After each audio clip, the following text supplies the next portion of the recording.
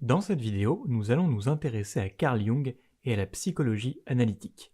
Carl Jung fut un psychiatre suisse et un disciple de Freud qui s'est ensuite séparé de ce dernier pour développer sa propre théorie, qu'il appela la psychologie analytique. La psychologie analytique se concentre sur l'équilibre des forces opposées entre la pensée consciente et inconsciente, ainsi que sur l'expérience au sein de la personnalité. Selon Jung, ce travail est un processus d'apprentissage continu, qui se déroule principalement dans la seconde moitié de la vie, et qui consiste à prendre conscience des éléments inconscients et à les intégrer à sa propre conscience. La rupture entre Jung et Freud repose sur deux désaccords majeurs. Premièrement, Jung, comme Adler et Erikson, n'acceptait pas que la pulsion sexuelle soit le principal facteur de motivation de la vie psychique d'une personne. Deuxièmement, bien que Jung soit d'accord avec le concept d'inconscient personnel de Freud, il le considère comme incomplet. Pour cette raison, en plus de l'inconscient personnel, Jung s'est concentré sur l'inconscient collectif. L'inconscient collectif est une version universelle de l'inconscient personnel, contenant des schémas mentaux et des sortes de souvenirs qui sont communs à tous. Ces souvenirs ancestraux, que Jung a appelés des archétypes, sont représentés par des thèmes universels dans diverses cultures, tels qu'ils sont exprimés dans la littérature, l'art et les rêves.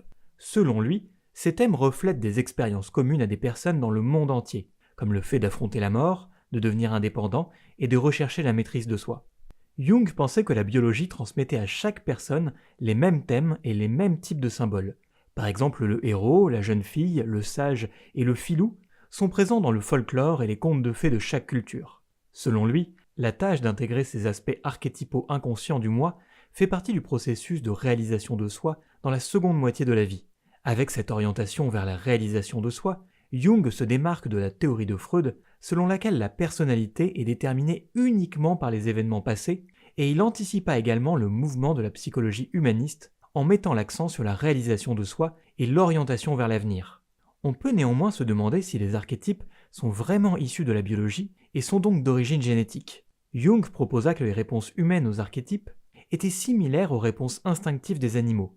Une critique de Jung formulée par Rossler en 2012 est qu'il n'y a aucune preuve que les archétypes sont biologiquement fondés ou similaires aux instincts des animaux. En effet, Jung proposa ces idées il y a environ 100 ans, et depuis, de grandes avancées ont été réalisées dans le domaine de la génétique. Nous avons découvert que les bébés humains naissaient avec certaines capacités, dont celle d'acquérir le langage. Cependant, nous avons également découvert que les informations symboliques, telles que les archétypes, ne sont pas codées dans le génome et que les bébés ne peuvent pas décoder le symbolisme, ce qui réfute l'idée d'une base biologique pour les archétypes. Plutôt que d'être considérés comme purement biologiques, des recherches plus récentes, lancées par Jung et Zindrath en 1995, suggèrent que les archétypes émergent directement de nos expériences et sont le reflet de caractéristiques linguistiques ou culturelles. Aujourd'hui, la plupart des chercheurs jungiens pensent que l'inconscient collectif et les archétypes sont basés à la fois sur des influences innées et environnementales et que les différences se situent dans le rôle et le degré de chacune. Mais la pensée de Jung ne s'arrête pas aux archétypes. Il a également proposé deux attitudes ou des approches de la vie, l'extraversion et l'introversion.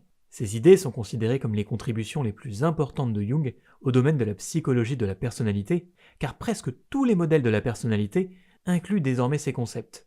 Si vous êtes un extraverti, vous êtes une personne qui est stimulée par l'ouverture et la sociabilité. Vous tirez votre énergie de la présence des autres. A l'inverse, si vous êtes un introverti, vous pouvez être calme et réservé ou être sociable, mais votre énergie provient de votre activité psychique intérieure. Et plutôt que de recharger vos batteries, le contact avec les autres vous draine.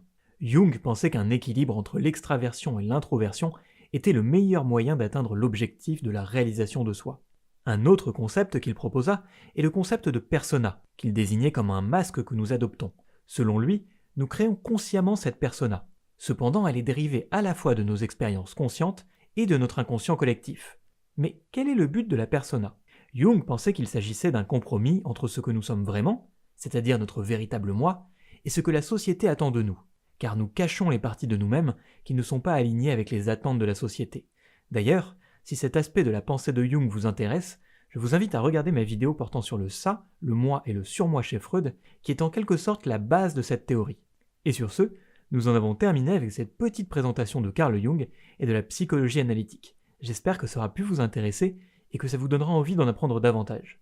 Si c'est le cas, n'hésitez pas à laisser un like et à vous abonner, et on se voit dans une prochaine vidéo.